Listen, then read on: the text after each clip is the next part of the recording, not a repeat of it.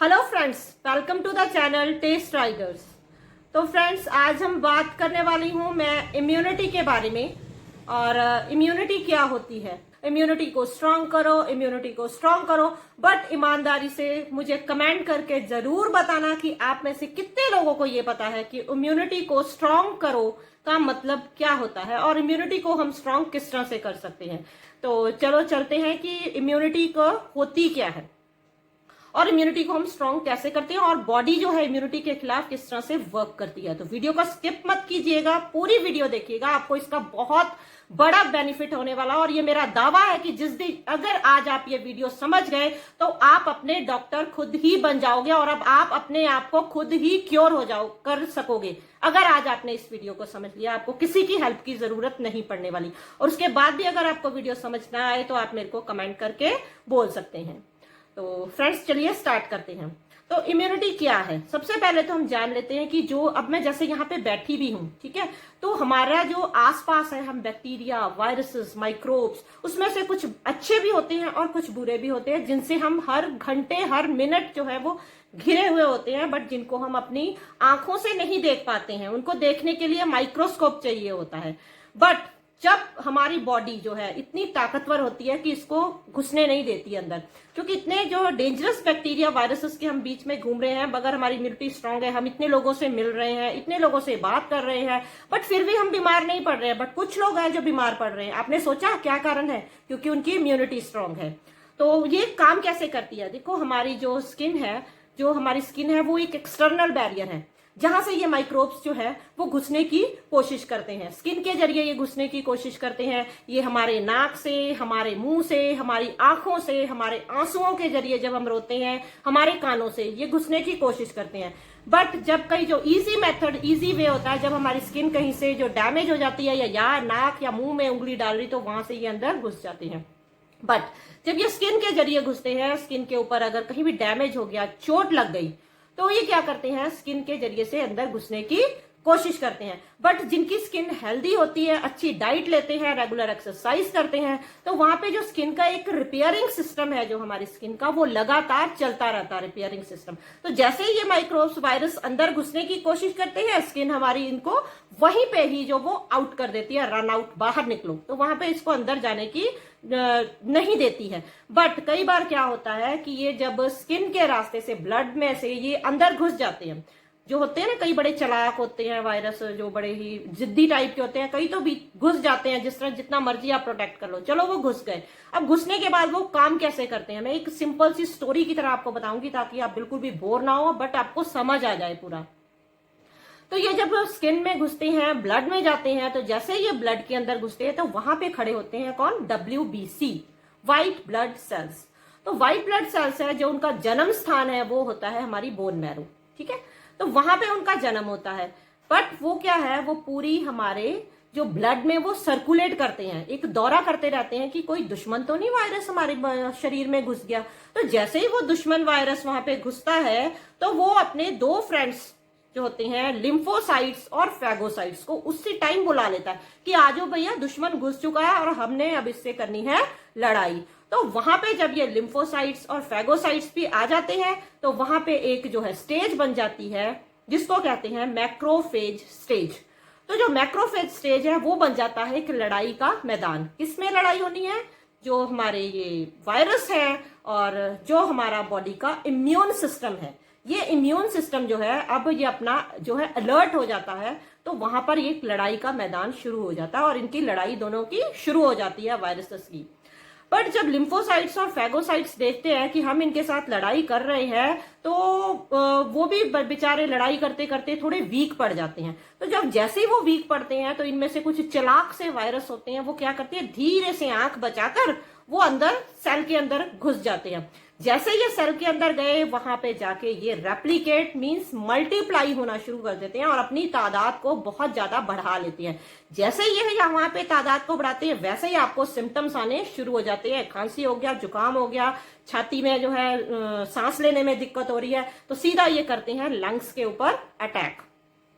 तो जैसे ये लंग्स के ऊपर अटैक करते हैं और सिम्टम्स जब बढ़ने लग जाते हैं, तब जो ये मैक्रोफेजेस होते हैं, ये सोचते हैं नहीं भाई, अब हमसे काम तो नहीं बनने वाला, तो ये क्या करते हैं, तो प्रोटीन मैसेंजर के थ्रू एक ये मैसेज भेजते हैं न्यूट्रोफिल्स को। तो जब न्यूट्रोफिल्स को मैसेज मिलता है कि भैया यहाँ पर प्रॉब्लम ज्यादा हो गई है, अब तुम जो है अपना जो है बॉडी का जो मैकेनिज्म है, अपना एक मैकेनिज्म स्टार्ट कर दीजिए, सेल्फ मैकेनिज्म, ठीक है। तब बॉडी अपना सेल्फ मैकेनिज्म स्टार्ट करती है। उस सेल्फ मैकेनिज्म को क्या कहते हैं, बॉडी का टेम्परेचर हाई होना। तभी आपकी जो शरीर है, आपका जो बॉडी है, वो गर्म होनी शुरू हो जाती है। जैसे ही हमारा शरीर गर्म होता है, हमारा बुखार बढ़ना शुरू होता है, तो क्या होता है, जो वायरस है वो कमजोर होने लग जाता है। वायरस कमजोर होता है और जो हमारे मैक्रोफेजेस हैं, लिम्फोसाइट्स हैं और फैगोसाइट्स हैं, न्यूट्रोफिल्स हैं, ये स्ट्रांग हो जाते हैं और ये इनसे लड़ने में जो है लड़ाई इनकी फिर से स्टार्ट हो जाती है, फिर से ये लड़ने लग जाते हैं। बट ये लड़ते लड़ते देखते हैं कि जो वायरस है वो तो बहुत ही स्ट्रांग है, वो तो मर ही नहीं रहा, अब क्या करें। तो अब ये क्या करते हैं, फिर से एक मैसेज भेजते हैं डी सेल्स को, जिन्हें कहते हैं डेंड्रिटिक सेल्स। तो डी सेल्स को ये मैसेज भेजते हैं। डी सेल्स एक किस तरह का है, एक जिस तरह से होता है ना कि चोर बॉडी में घुस आया है, चोर हमारे घर में घुस आया तो हम पुलिस को इन्फॉर्म करते हैं। इसी तरह से ये डी सेल्स जो होते हैं, वे एक पुलिस वाला है, समझ लीजिए। वो पुलिस वाला आपके घर में आता है, आके देखता है कि कितनी जो है घर का जो है डैमेज हुआ है। उसी तरह डी सेल्स आके देखते हैं कि हमारी बॉडी में कितना डैमेज हो गया है। तो वो सारी इंफॉर्मेशन जो कलेक्ट करते हैं, कलेक्ट करके वो फिर वहां से निकल जाते हैं। तो निकल जाते हैं तो उसके बाद वो जाते हैं टी लिम्फोसाइट्स के पास, और टी लिम्फोसाइट्स के पास जाकर वो उनको सारी डिस्क्रिप्शन दे देते हैं कि ऐसे ऐसे ये स्थिति है, वहां पर ये सब कुछ हो रहा है। तो टी लिम्फोसाइट्स क्या करते हैं, वो टी सेल्स को आगे जो है वो कमांड दे देते हैं कि अब तुम्हें लड़ाई के मैदान में जाना पड़ेगा। तो जो टी सेल्स हैं वो क्या करते हैं, टी सेल्स अपनी एक आर्मी को तैयार करते हैं, पूरी एक आर्मी को तैयार करते हैं। उस आर्मी को फिर वो ट्रेनिंग देते हैं। जब वो आर्मी को ट्रेनिंग देते हैं तो उस ट्रेनिंग में कुछ जो वीक टी सेल्स होते हैं उनको बॉडी वहीं पे मार गिराती है, और जो स्ट्रॉन्ग टी सेल्स होते हैं वो आ जाते हैं लड़ाई के मैदान में। और वो अब सारे अब इकट्ठे हो गए, एक एक एक एक करके जो है बॉडी सारे अपने इम्यून सिस्टम को स्ट्रॉन्ग करती है और टी सेल्स को बुलाती है। अब टी सेल्स जैसे ही लड़ाई के मैदान में आते हैं, जो स्ट्रॉन्ग वाले टी सेल्स हैं वहां पे आके अब वो मल्टीप्लाई होते हैं, वहां पे आके मल्टीप्लाई होने, डबल होने शुरू हो जाते हैं। उनके डुप्लीकेट्स वहां पे आके बनने शुरू हो जाते हैं। जब वहां पे उनके डुप्लीकेट्स बनते हैं तो वहां पे एक और जो नया है जनरेट होता है, वो है मेमोरी टी सेल्स। अब मेमोरी टी सेल्स का क्या काम है, अब इधर जो मेमोरी टी सेल्स है उनका काम होता है, जो वायरस हमारी बॉडी में एक चोर घुस आया है उसकी सारी नॉलेज को वो इकट्ठा करता है कि ये वायरस किस टाइप का है, इस वायरस की क्या क्या जो है कमजोरियां हैं, इस वायरस की क्या क्या ताकत है, वो सारी वो डाटा कलेक्ट करके मेमोरी टी सेल्स अपने पास रख लेता है। तो उसके बाद क्या होता है जो टी सेल्स है वो लड़ते लड़ते लड़ते लड़ते वो आगे पहुंचना शुरू कर देते हैं। जब वो लड़ते लड़ते देखते हैं कि ये जो वायरस है ये तो बहुत स्ट्रांग है, तो ये तो अभी जाने वाला नहीं है, तो हमें तो और आर्मी की जरूरत है। तो वो क्या करते हैं, बी लिम्फोसाइट्स को एक फिर से मैसेज भेजते हैं कि भैया ये जो हमारे बॉडी का टेम्परेचर भी मैंने हाई कर लिया है, बट जो इन्फेक्शन है वो खत्म नहीं हो रही है, प्रॉब्लम जो हो रही है, तो अब हमें जो है एंटीबॉडीज की जरूरत है। तो जो बी लिम्फोसाइट्स हैं वो बी सेल्स को कहती हैं कि जो है एंटीबॉडीज को रिलीज किया जाए। जो एंटीबॉडीज होती हैं वो इस तरह से वाई शेप की होती हैं, वाई शेप की एंटीबॉडीज। तो जो वाई शेप की एंटीबॉडीज होती हैं वो क्या करती हैं, आगे से जाके इस तरह से जाके वो सारे जो है वायरस को वो खाना स्टार्ट कर देती हैं, खाती हैं उसको, चक चक चक चक करके खाना स्टार्ट कर देती है। तो उससे क्या होता है, जो एंटीबॉडीज हैं वो खाना स्टार्ट कर देती हैं और जो हमारा बुखार है वो धीरे धीरे करके नीचे आना शुरू हो जाता है और इन्फेक्शन खत्म होने लग जाती है। तो उसके बाद जब इन्फेक्शन खत्म हो जाती है तब भी जो है जंग यहीं पे खत्म नहीं होती। तो जो जितनी भी आर्मी हमारी बॉर्डर पे खड़ी हुई थी, जो लिम्फोसाइट्स हैं, फैगोसाइट्स हैं, न्यूट्रोफिल्स हैं, टी सेल्स हैं, ये सारे जब लड़ाई खत्म हो जाती है तो ये अपने आप को डिस्ट्रॉय कर लेते हैं। उसी वक्त इन्होंने अपने आप को डिस्ट्रॉय कर लिया, बट अलाइव कौन बचता है, सिर्फ memory T cells. Memory T cells का क्या काम होता है, वो मेमोरी टी सेल्स अपने में सारा डाटा कलेक्ट करके रख लेते हैं और वहीं पे निकलती है आपकी इम्यूनिटी, स्ट्रांग हो जाती है वहीं पे। जब दोबारा वायरस, वही वायरस वही चीज आपके ऊपर जब दोबारा अटैक करेगी तो मेमोरी टी सेल्स वहीं से उसको मार भगाएंगे। तो यहाँ पे होती है जिसको हम बोलते हैं इम्यूनिटी को स्ट्रॉन्ग करना। बट गलती यहाँ पे हम लोग क्या करते हैं, यहाँ पे हम गलती ये करते हैं जब बॉडी का सेल्फ मैकेनिज्म जो है वो स्टार्ट होता है, जिसको कि हम बोलते हैं टेम्परेचर, बुखार, हम एंटीपायरेटिक, एनर्जेसिक्स और साथ में एंटीबायोटिक्स लेके उसको क्या करते हैं, हम उसको खत्म करने की कोशिश करते हैं, बुखार को बंद करने की कोशिश करते हैं।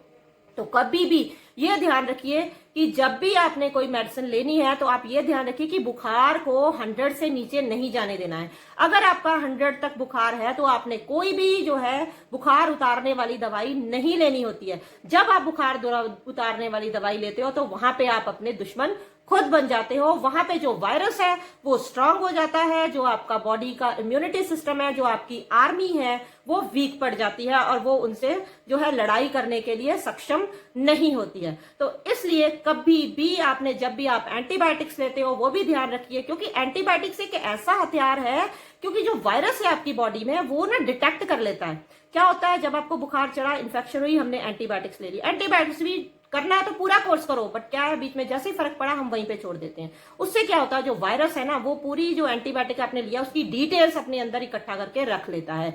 तो वो जब नेक्स्ट टाइम आता है उसको पता है इस बंदे के पास ये वाली गन है, ठीक है, छोटी गन है इसके पास, तो वो क्या करता है, वो बड़ा होके आता है, बड़ा होके आता है। आप तब वो छोटी गन अपनी चलाते हो, वो एंटीबायोटिक्स लेते हो तो वो असर ही नहीं करता। फिर आप डॉक्टर के पास जाते हो, डॉक्टर साहब मैंने ये वाली मेडिसिन ली थी, मेरे को तो असर नहीं किया। तो वो डॉक्टर क्या करते हैं, आपको उससे भी ज्यादा स्ट्रॉन्ग मेडिसिन लिख के देते हैं, हाई एंटीबायोटिक लिख के देते हैं।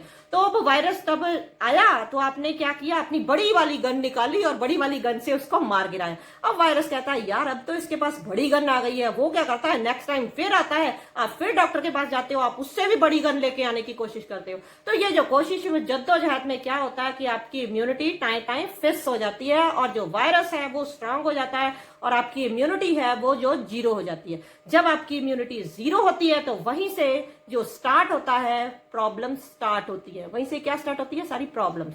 आपको डायबिटीज हो जाती है, एड्स हो जाती है, जिसको कि हम बोलते हैं acquired immune deficiency disease. Diabetes हो गई, एड्स हो गया, आर्थराइटिस हो गया, अस्थमा हो जाता है, कैंसर हो जाता है।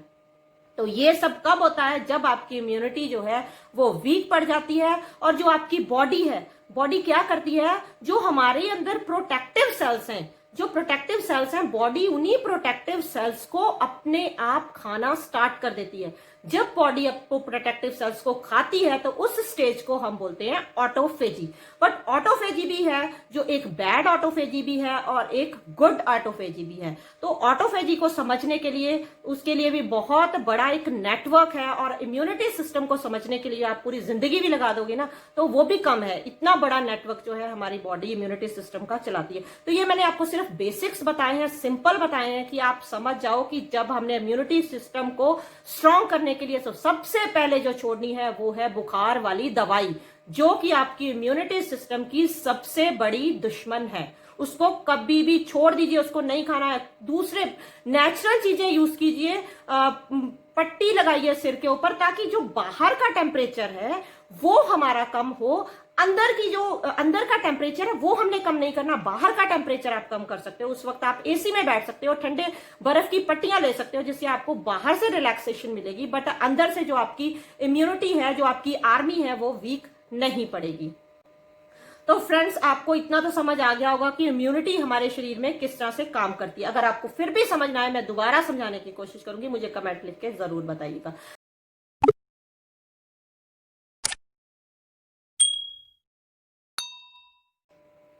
तो फ्रेंड्स, मुझे लगता है वीडियो थोड़ी ज़्यादा ही लंबी हो गई है, तो सॉरी। तो करते हैं यहीं पे इसको ख़त्म। तो मिलते हैं अपनी नेक्स्ट वीडियो में। Till then bye, stay happy and healthy.